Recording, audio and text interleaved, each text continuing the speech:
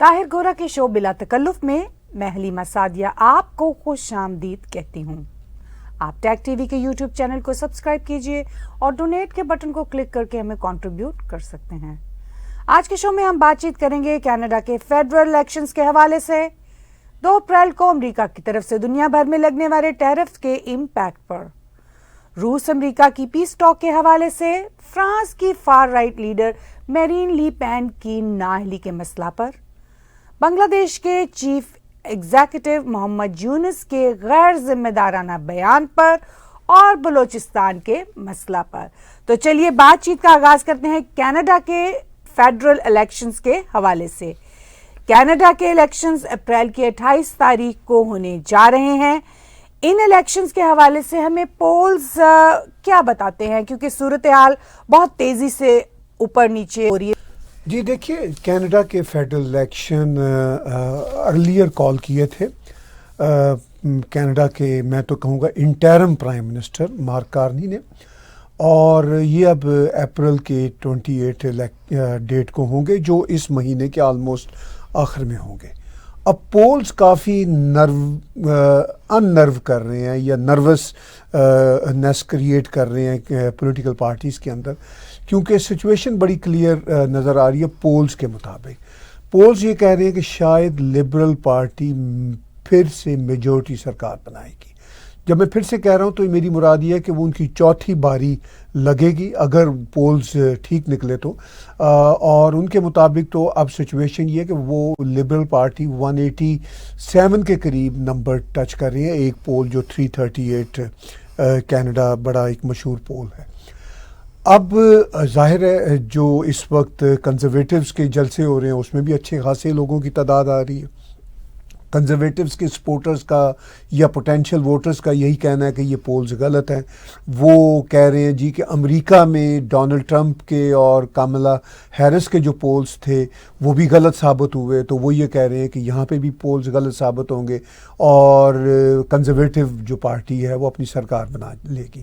اب جو کنزرویٹیو کے یہاں پہ سپورٹر ہیں وہ یہ تو کہہ رہے ہیں کہ امریکہ میں پولز غلط ثابت ہوئے تھے، مگر وہ امریکہ کے اس وقت کے جو پریزیڈنٹ ہیں ڈونلڈ ٹرمپ اس کی بھی حمایت نہیں کر رہے، اور پیئر پولیور بھی ان کی حمایت نہیں کر سکتے، کیونکہ ڈونلڈ ٹرمپ نے امریکہ کو کی طرف سے کینیڈا کو 51 اسٹیٹ بنانے کی بات کی ہوئی ہے، ٹیرفس لگانے کی بات کی ہوئی ہے۔ ٹیرفس پہ ہم آگے جا کے بات کریں گے کیونکہ یہ ٹیرفس تو پوری دنیا پہ لگ رہے ہیں۔ لیکن آپ کا جو بنیادی سوال ہے کہ پولز ہمیں کیا بتاتے ہیں، تو پولز تو ہمیں یہی اس وقت کینیڈا کے ہی آف کورس بتا رہے ہیں کہ لبرل پھر سے سرکار بناتی نظر آ رہی ہے لبرل پارٹی، اور مارک کارنی کے آ جانے سے لبرل میں ایک نئی روح پھونکی گئی ہے۔ ادروائز لبرل کا جو گراف تھا کافی نیچے چلا گیا ہے۔ کچھ پولز یہ بتا رہے ہیں کہ نیک ٹو نیک مقابلہ ہے کنزرویٹیو کا اور لبرلز کا۔ کچھ پول یہ بھی بتا رہے ہیں کہ شاید کنزرویٹیو جیت بھی جائیں، مگر جو پولز بتا رہے ہیں کہ کنزرویٹیو جیت جائیں گے وہ بھی شاید جیت جائیں والی بات کہتے ہیں، اور وہ بہت کم پولز ہیں۔ زیادہ تر جو پولز ہیں وہ یہ بتا رہے ہیں کہ لبرل پارٹی کی میجورٹی کی سرکار بنے گی، ایون مائنورٹی کی سرکار بھی نہیں بنے گی۔ اور لبرل اور کنزرویٹیو کے علاوہ سب سے برا حال جو ان پولز میں دکھ رہا ہے وہ این ڈی پی پارٹی کا دکھ رہا ہے۔ این ڈی پی کو تو اب وہ ڈبل ڈیجٹس میں ان کے پچھلی سرکار میں 24 سیٹس تھیں، اب تو وہ بتا رہے ہیں کہ شاید وہ 10 سے بھی کم سیٹیں لیں، اور سو مچ سو کہ جگمیت سنگھ بھی شاید اپنی سیٹ نہ جیت سکیں، بلکہ کافی چانسز ہیں ان کے ہارنے کا، جو کینیڈا کے لیے ایک بہت ہی گڈ سائن ہوگا، کیونکہ ان کے کینیڈین پالیٹکس میں آ جانے سے کینیڈین پالیٹکس میں جو ڈرامہ بازی ہے وہ اور بڑھ گئی ہے۔ اگرچہ وہ اپنی کیمپین میں ہر جگہ یہی لکھتے ہیں کہ hatred has no place in Canada, مگر ان کے دل میں اتنی ہیٹرڈ ہے towards those who do not agree with him.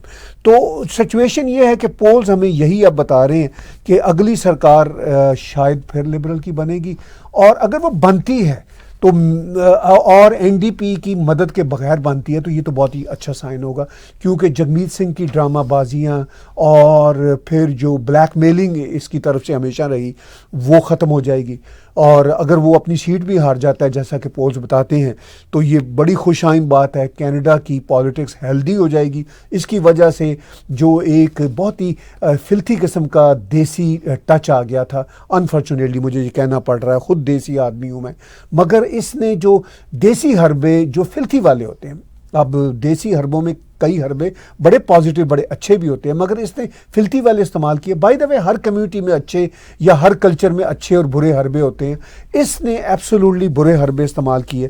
تو اب بہرحال پولز کافی اس کو بھی نروسنس کا شکار کر رہے ہیں, جگمیت سنگھ کو بھی اور ایون کنزرویٹو پارٹی کو بھی, کہ کنزرویٹو پارٹی کی جو لیڈ تھی ابھی کچھ 2.5-3 مہینے پہلے وہ بھی کافی نیچے آ گئی ہے. اس میں بھی ہم محسوس کر سکتے ہیں کہ کنزرویٹو پارٹی کی اندر کی جو اسٹیبلشمنٹ ہے, جس طرح انہوں نے بہت سارے کینڈیڈیٹس کو ریجیکٹ کیا, پیراشوٹ قسم کی انہوں نے لینڈنگ کروائی بہت سارے کینڈیڈیٹس کو, بہت ایروگنس اور اگنورنس نظر آئی کنزرویٹو پارٹی کے اندر. اگر وہ واقعی پولز کے مطابق پیچھے رہ جاتے ہیں تو ان کے لیے بھی ایک بڑا لیسن ہوگا کینیڈا کی پالیٹکس میں, اگر وہ کچھ سیکھنا چاہیں گے تو. کیا ان الیکشنز کے نتیجے میں کینیڈا کو مضبوط گورنمنٹ مل سکے گی؟ کیونکہ کینیڈا کی پولیٹیکل سچویشن جیسے کہ ابھی آپ نے تبصرہ کیا کہ ان اینڈ آؤٹ اور شیکی سی ہے. دیکھیے کینیڈا کے الیکشنز کے نتیجہ میں جو بھی گورنمنٹ بنتی ہے, اب وہ کیا مضبوط گورنمنٹ ہوگی. مضبوط گورنمنٹ کا تو ہم یہی ایک امپریشن لیتے ہیں کہ وہ گورنمنٹ جو میجورٹی میں اپنی سرکار بنائے, جن کے پاس سب سے زیادہ سیٹیں ہوں. اب اگر فرض کیجئے اگلی جو سرکار ہے کوئی بھی پارٹی اپنی میجورٹی میں بنانے میں کامیاب ہو جاتی ہے, جیسا کہ دکھتا ہے موسٹ لائکلی لبرلز, اور اس کے بعد دوسرا چانس تو کنزرویٹو کا ہے, اور یہ بھی چانس ہے کہ ان دونوں پارٹیوں میں سے کوئی ایک مائنورٹی کی سرکار بنانے کی پوزیشن میں بھی آ سکتی ہے. لیکن it doesn't matter in my opinion, جو بھی سرکار بنتی ہے چاہے وہ میجورٹی کی بنے جس پارٹی کی بھی بنے, چاہے وہ مائنورٹی کی بنے جس پارٹی کی بھی بنے, وہ ڈونلڈ ٹرمپ کے چیلنجز کا مقابلہ کر سکے گی. آپ کا بنیادی سوال یہ ہے, میرا یہ خیال ہے کہ وہ ڈونلڈ ٹرمپ کے چیلنجز کا مقابلہ نہیں کر سکتی. اس کی کئی وجوہات ہیں. ایک تو یہ ہے کہ ڈونلڈ ٹرمپ کے سب سے بڑے چیلنجز ٹورڈز کینیڈا, اور ویسے تو پوری دنیا کے لیے مگر کینیڈا کے لیے سب سے بڑے چیلنجز ٹیرفس, اکنامک پریشرز کے ہیں. کینیڈا کی جو تجارت ہے وہ کوئی آلموسٹ 80% پلس مائنس جو ہے وہ امریکہ کے ساتھ ہے. امریکہ پہ ہی ہمارا ریلائنس ہے. تو یہ کوئی راتوں رات یا کوئی ایک مہینے میں یا ایک سال میں یہ ڈی کپلنگ تو نہیں ہوگی, یہ الگ الگ تو نہیں ہو سکیں گے. تو اس ساری صورت میں آف کورس جو بھی سرکار کینیڈا کی بنتی ہے, میں بار بار کہہ رہا ہوں میجورٹی بنے میں مائنورٹی بنے, یہ ڈونلڈ ٹرمپ کے چیلنجز کا مقابلہ نہیں کر سکے گی. ان کو جو ڈونلڈ ٹرمپ کے چیلنجز کے ساتھ ساتھ سب سے بڑا چیلنج خود کینیڈا کے اندر ہے. کینیڈا کے بہت سارے ایشوز ہیں, ہاؤسنگ کرائسس ہے کینیڈا میں, فنینشیل کرائسس آلریڈی ہے, اب اور بڑھ جائے گا ان ٹیرفس کے بعد, ان امپلائمنٹ بڑھے گی, پھر یہاں پہ امیگریشن کا کرائسس ہے, بہت سارے کرائسس ہیں. اٹ ڈزنٹ میٹر نیکسٹ سرکار میجورٹی کی ہو یا مائنورٹی کی ہو, ان کے لیے صرف ڈونلڈ ٹرمپ چیلنج نہیں ہے, خود کینیڈا کے انٹرنل چیلنجز. ڈفرینسز تو ہیں, لیکن کیا کوئی settlement futuristic point of view سے آپ دیکھتے ہیں کہ ان بٹوین کوئی ایسی سیٹلمنٹ ہو جائے کہ جس سے کینیڈا کے حالات بھی بہتر ہو جائیں اور یونائٹڈ اسٹیٹس اور کینیڈا کے جو پرانے ریلیشنز ہیں وہ کچھ بہتر ہوتے نظر آئیں؟ دیکھیے اس میں سیٹلمنٹ کا مسئلہ نہیں ہے, settlement is a very different thing. جو چیلنجز ہیں ان کا سیٹلمنٹ کے ساتھ کوئی تعلق نہیں ہے. جو کینیڈا کے انٹرنل چیلنجز ہیں, کیا کینیڈا کی پولیٹیکل پارٹیاں آپس میں بیٹھ کے سیٹل کر لیں؟ وہ سیٹل کرنا بھی چاہیں تو نہیں کر سکتے. جو اکنامک کرائسس ہے, جو ہاؤسنگ کرائسس ہے, وہ پولیٹیکل پارٹیاں آپس میں بیٹھ کے ایک دوسرے کے ساتھ ہاں میں ہاں بھی ملا لیں, اور آلریڈی وہ ملاتی ہیں جہاں ان کو ضرورت ہوتی ہے. تو کیا housing crisis over a night over a year ختم ہو جائے گا؟ یہاں تو لاکھوں گھر چاہیے. وہ ایسے کام ہیں جو ان کو کرنے ہوں گے. جو یہاں پہ امیگریشن کا پرابلم ہے وہ اب یہ حل کرنا شروع کریں گے تو بھی اس میں کئی سال لگیں گے جا کے. اور اسی طرح جو اگر یہ امریکہ کے ساتھ سیٹلمنٹ یا ڈونلڈ ٹرمپ کے ساتھ سیٹلمنٹ کرتے ہیں وہ پاسبل نہیں ہے, چونکہ ڈونلڈ ٹرمپ تو پوری دنیا کے اوپر ٹیرف لگا رہا ہے, یورپ پہ بھی, میکسیکو پہ بھی, چائنا پہ بھی, انڈیا پہ بھی, پوری دنیا پہ اس کی پالیسی ہے.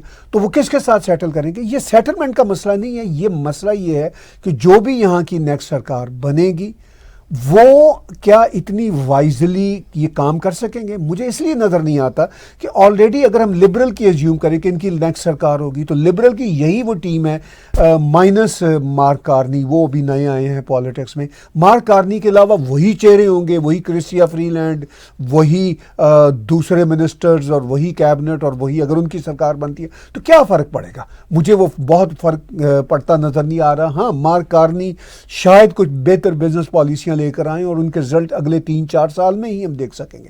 اسی طرح اگر فرض کیجئے کنزرویٹو کی مائنورٹی یا میجورٹی سرکار بنتی ہے تو کنزرویٹو کے لیڈر بھی ہمارے سامنے ہیں، ان کا ویژن بھی ہمارے سامنے ہے جو کوئی خاص ویژن نہیں ہے. ان کے بھی جو ارد گرد کے لوگ ہیں وہ اسی طرح کے بونے قد کے لوگ ہیں مائمس سے، ان کا بھی کوئی خاص ویژن نہیں ہے.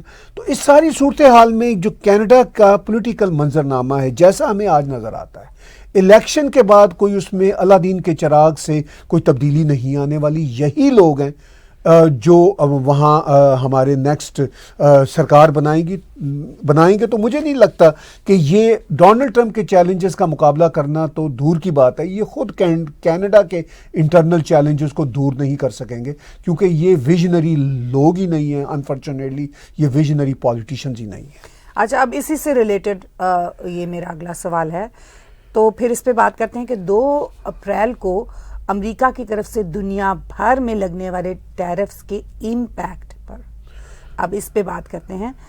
ان کا کینیڈا سمیت دنیا بھر پر کیا امپیکٹ ہوگا؟ اب یہ ٹیرف تو لگ گئے، یہ ہو گیا، لیکن اب کیا ہے اس کے کانسیکوینسز، اس کا امپیکٹ، اس کی ٹیک کیا ہے دنیا میں؟ دیکھیے، یہ امپیکٹس جو ہیں یہ دنیا کو امیجیٹلی دیکھنے پڑ رہے ہیں. ایسا نہیں ہے کہ یہ آنے والے دنوں میں ہم دیکھیں گے. سٹاک مارکیٹ نیچے جا رہی ہے، اور پریزیڈنٹ ڈونلڈ ٹرمپ کا یہ جو ٹیرف لگانے کا ہے یہ ان کی وہ الیکشن کیمپین کا حصہ ہے. ان کی جو ماگا الیکشن کیمپین رہی ہے اس میں بڑے بڑے ریڈیکل ہیں، امیگریشن کے مسائل ہیں، انٹرنیشنل مائیگریشن کے ایشوز ہیں، امپیکٹ کے ایشو ہیں. اب دیکھیے امپیکٹس کی یہ جو ہم ٹیرفز کے امپیکٹس کی ہم بات کر رہے ہیں تو یہ ہمیں سمجھنے کی ضرورت ہے کہ دنیا بہت چیخ رہی ہے کہ بھئی آپ یہ فری ٹریڈ کو خراب کر رہے ہیں، دنیا کی اکانومی کو خراب کر رہے ہیں. وہ یہ کہہ رہے ہیں کہ میں کینیڈا کا اکنامک کلچر اور اکنامک سٹائل چینج کر رہا ہوں کیونکہ میں نے وعدے کیے ہیں الیکشن میں، میری ٹیم ایسا چاہتی ہے. وہ کہتے ہیں کہ وہ خود کہتے ہیں کہ عارضی طور پر وہ کہتے ہیں کہ ہم امریکنز کو بھی دکھتے ہوں گی، دنیا بھر کو دکھتے ہوں گی، لیکن وہ کہتے ہیں کہ in the long run America first کے ان کا ایک فارمولہ ہے. وہ کہتے ہیں امریکہ فرسٹ کے معاملے پہ ان دا لانگ رن امریکہ کو بہت فائدہ ہوگا. دیکھیے بات بڑی سمپل ہے. مثال کے طور پر کینیڈا میں جتنی گاڑیاں بنانے کی کمپنیاں ہیں بنیادی طور پر تو وہ سب امریکی ہیں. مجھے کوئی کینیڈین گاڑی کا برانڈ ہی نظر نہیں آتا فرینکلی. کوئی مطلب فورڈ ہو، GMC ہو، یا تو امریکی ہیں یا جاپانی ہیں یا کورین ہیں. یہی دنیا کی کمپنیاں ہیں، انہوں نے ہی اپنے پلانٹ یہاں کینیڈا میں لگائے ہوئے ہیں اور وہی پروڈکشن ہو رہی ہے. اب دنیا میں کچھ ڈیورنگ دا پاسٹ 30-40 ایئرز یہ رہا کہ آٹو پارٹس کہیں بنتے ہیں، کاروں کی باڈیز کہیں بن رہی ہیں، اسمبلی کہیں پہ ہو رہی ہے. تو اب وہ پوری دنیا پہ ایفیکٹ ہوگا. ڈونلڈ ٹرمپ کہتے ہیں کہ میں امریکہ کے لیے یہ کلچر چینج کر دوں گا. وہ کہتے ہیں کہ ہماری لیے کچھ دقتیں تو ہوں گی. اسی طرح فارماسیوٹیکل انڈسٹری میں وہ کہتے ہیں کہ میں یہ اب کلچر چینج کروں گا، میں یہ چاہتا ہوں کہ جابس امریکہ میں واپس آئیں. دیکھیے امپیکٹ لگانے سے امریکہ کو کوئی بہت اپیرنٹلی وہ کہتے تو ہیں کہ بڑا ہمیں فائدہ ہوگا ٹیکسز ویکسز میں، مگر ان فیکٹ وہ تو کنزیومر پہ دباؤ ہوگا. لیکن ریالٹی کیا ہوگی کہ in the long run Donald Trump یہ چاہ رہے ہیں کہ امریکہ میں جابز واپس آئیں. فارماسیوٹیکل ہو، فوڈ ہو، یہ چپ انڈسٹری ہو، یہ جو آٹومیشن کی انڈسٹری ہے یہ ہو. وہ ان کا یہ مکمل طور پر ہے کہ میں اس پہ 25% سے پتہ نہیں 50-75% تک جاؤں گا. تو یورپ بھی اس وقت چیخ رہا ہے کیونکہ وہ یہ کہتے ہیں کہ ہماری جو پروڈکٹس ہیں، جو امریکی گاڑیاں جو امریکہ میں بنتی ہیں، اب ظاہر ہے کینیڈا میں جو گاڑیاں بنتی ہیں وہ بھی امریکی برانڈ ہے، جیسے فورڈ کی گاڑیاں GMC کی برانڈ ہے، مگر چونکہ وہ کینیڈین آنرز ہیں، کینیڈین شیئر ہولڈرز ہیں اسٹاک مارکیٹ کے، اور وہ کینیڈین کمپنیاں ہیں، تو وہ یہ کہتے ہیں کہ بھائی ٹھیک ہے، اب ہم جو امریکہ میں پروڈیوس کرتے ہیں، جو امریکہ میں سب کچھ ہوتا ہے، وہ اب آگے دنیا میں جائے گا. یا وہ کہتے ہیں کہ ہماری پروڈکٹس کو بھی آپ اسی طرح اسی ٹیرف کے ساتھ لیں جس ٹیرف کے ساتھ ہم آپ کی پروڈکٹس لیتے تھے.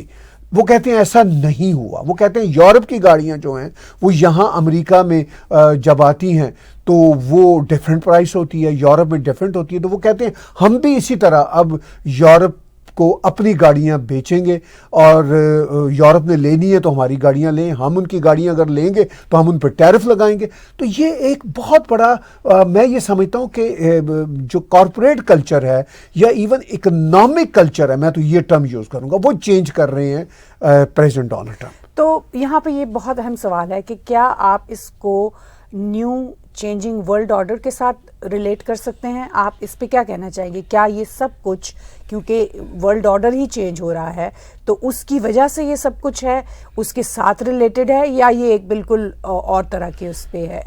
ان کی بہت ساری الیکشن کیمپین کی باتیں ہیں. جو نیو ورلڈ آرڈر کی جب ہم بات کرتے ہیں, جیسا کہ آج کل ہم کر رہے ہیں, وہ نیو ورلڈ آرڈر ہوگا, وہ تو پریزیڈنٹ ڈونلڈ ٹرمپ کا جیو پالیٹکس اور انٹرنیشنل افیئرس کے معاملے میں, فارن پالیسی کے معاملے میں مسئلہ ہے, وہ اپنی جگہ چل رہا ہے. لیکن میں نے جو بات کی یہ اکنامک کلچر کا مسئلہ ہے, چونکہ وہ یہ ان کی ٹیم محسوس کرتی ہے کہ امریکہ اکنامیکلی دنیا میں مس یوز ہوا, دنیا نے اس کو مس یوز کیا. ہم اپنی اکنامک جو ہیں لبرٹیز اپنے لیے, صرف امریکنز کے لیے اب ہم واپس لائیں گے, جابز واپس لائیں گے. تو یہ ان اے وے جو new world order so called بن رہا ہے یہ بھی اس کا حصہ بنے گا آف کورس. لیکن ہم دیکھتے ہیں کہ کیا پریزیڈنٹ ٹرمپ کی یہ پالیسیاں جو ہیں یہ واقعی کوئی نیا ورلڈ آرڈر لاتی ہیں یا نیا کوئی ڈس آرڈر لاتی ہیں. ٹائم ول پروو, بیکاز یہ وہ چیزیں ہیں جو ایک سٹیپس ایک وقت میں چل رہی ہوتی ہیں اور پھر time proves them right or wrong, just like a new thing and new change, you know. چلیے اب ہم بات کرتے ہیں روس امریکہ کی پیس ٹاک آپ کو کس طرف جاتی نظر آتی ہیں, کیونکہ یہ بہت عرصے سے بہت بڑا سوال ہے. دیکھیے روس امریکہ کی جو پیس ٹاک ہیں یہ بنیادی طور پر تو ابھی کوئی 1-1.5 مہینہ پہلے شروع ہوئی ہیں. ان کا تو کوئی چانس ہی نہیں تھا اگر پریزیڈنٹ ٹرمپ آفس میں نہ آتے. اب یہ بھی ان کی الیکشن کیمپین کا حصہ ہے. اب دنیا بھر کا جو میڈیا ہے وہ ان کو ٹیز کرنے کی یا موک کرنے کی کوشش کرتا ہے کہ پریزیڈنٹ ٹرمپ بات یہ ہے کہ آپ نے تو کہا تھا کہ 1 دن میں جنگ میں ختم کرا دوں گا, آپ تو یہ جنگ ختم نہیں کرا سکے. اب دنیا یہ بھول جاتی ہے کہ خود ٹیلی ویژن کے اینکرز اور بڑے بڑے جگادری جرنلسٹ اور دنیا بھر کے پالیٹیشین کہتے ہیں جی کہ ہم اگر یہ چاہتے ہیں کہ یہ کام منٹوں میں ختم ہو جائے, یا وہ کہتے ہیں جی کہ ہم 1 ملین ٹائم یورپ کو وزٹ کرنا چاہتے ہیں. میں ایک بار ایک امریکن جرنلسٹ کی بات سن رہا تھا, تو وہ یہ سب سلینگ ہوتے ہیں, یہ سب کہنے کی باتیں ہوتی ہیں.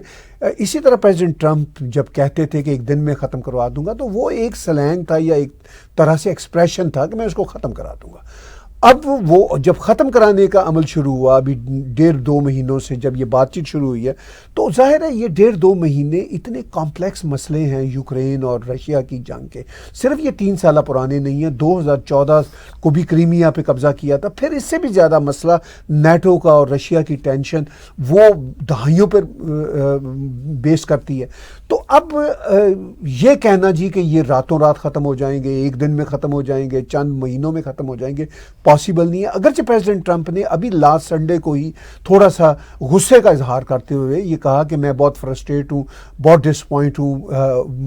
جو ولادیمیر پوتن ہیں جو پریزیڈنٹ ہیں رشیا کے, وہ اب لیجیٹیمیسی آف زیلنسکی کا کویشچن اٹھا رہے ہیں. وہ کہہ رہے ہیں کہ وہ پیس نہیں ہونے دینا چاہتے. اب ظاہر ہے پریزیڈنٹ ٹرمپ کی تو خواہش ہے کہ یہ راتوں رات پیس ہو جائے, تاکہ انہوں نے جو وعدہ کیا تھا وہ ان کے گلے سے وہ جو انہوں نے ایک ہار سا پہنا تھا وہ جگمگانے لگے ہار.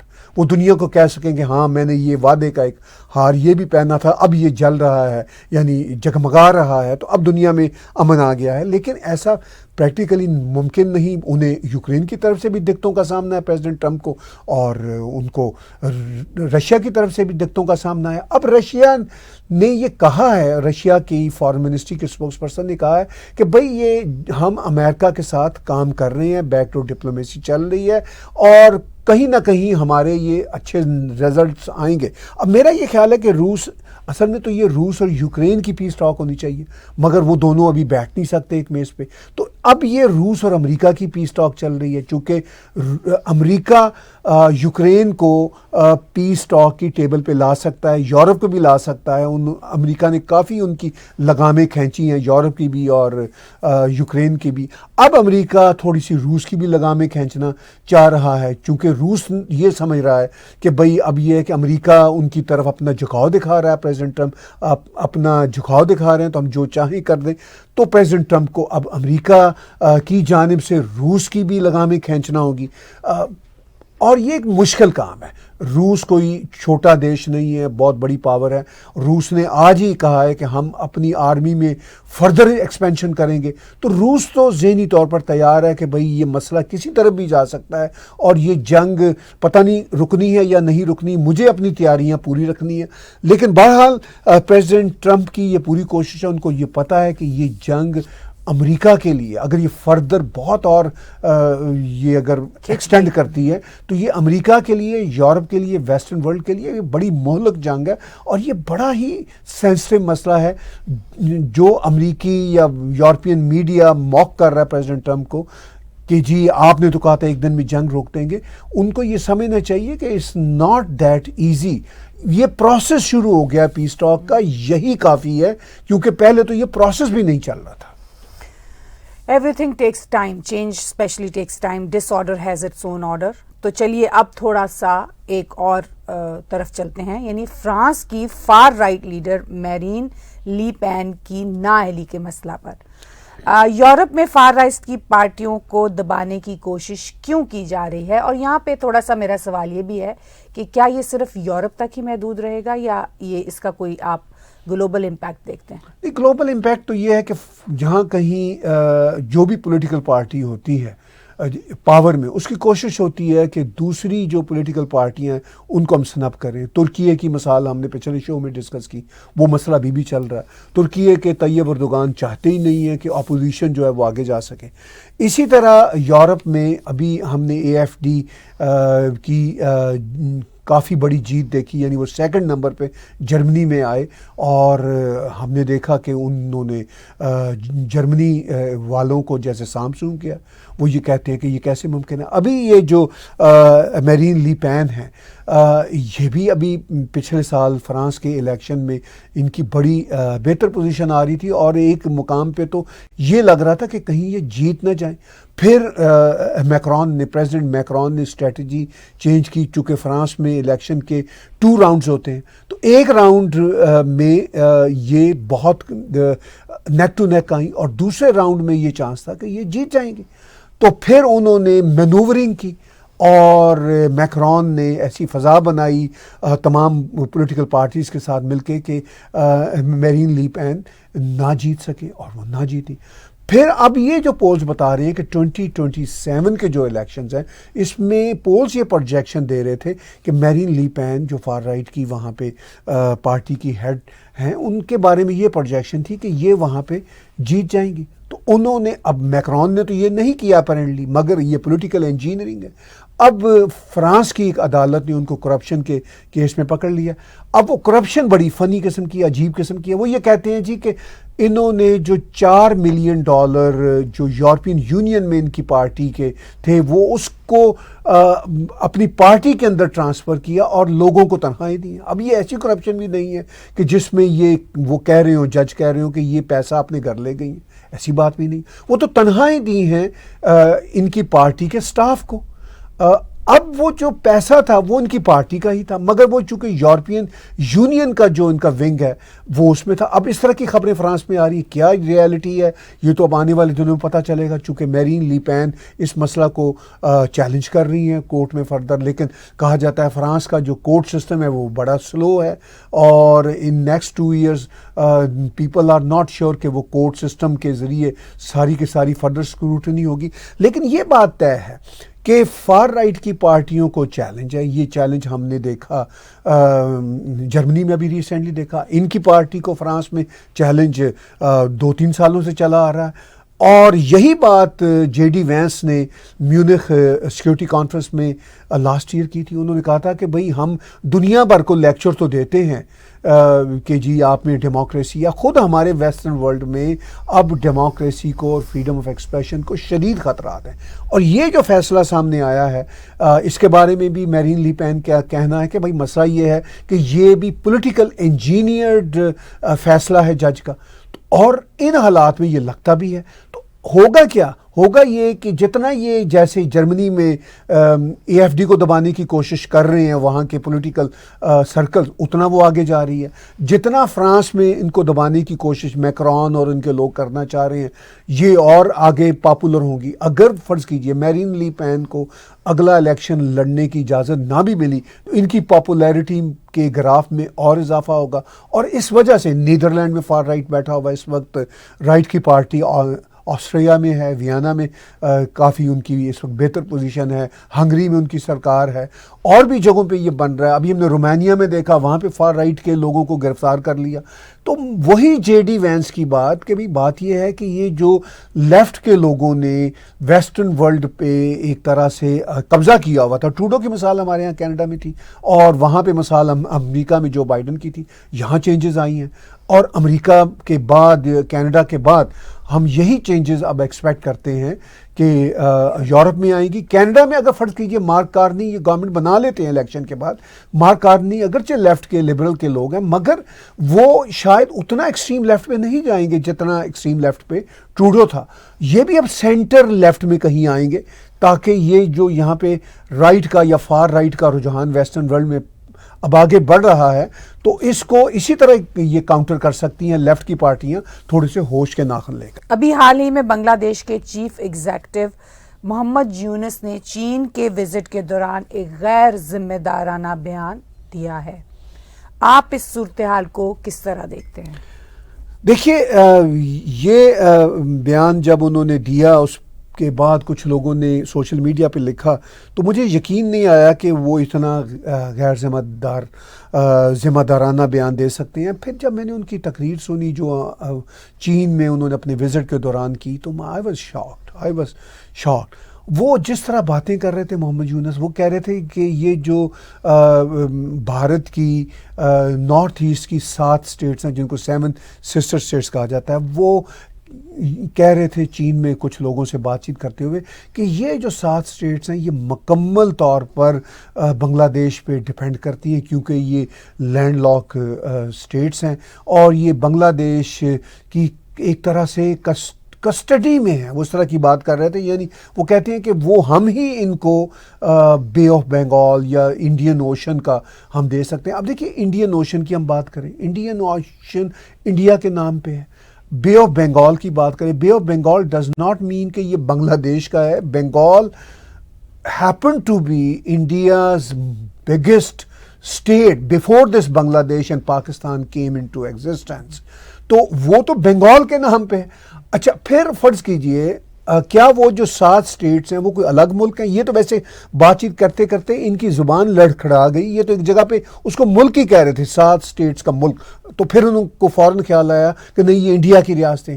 اگر یہ انڈیا، جیسا کہ وہ انڈیا کی ریاستیں ہیں، ان کو بنگلہ دیش کی کیا محتاجی ہو سکتی ہے؟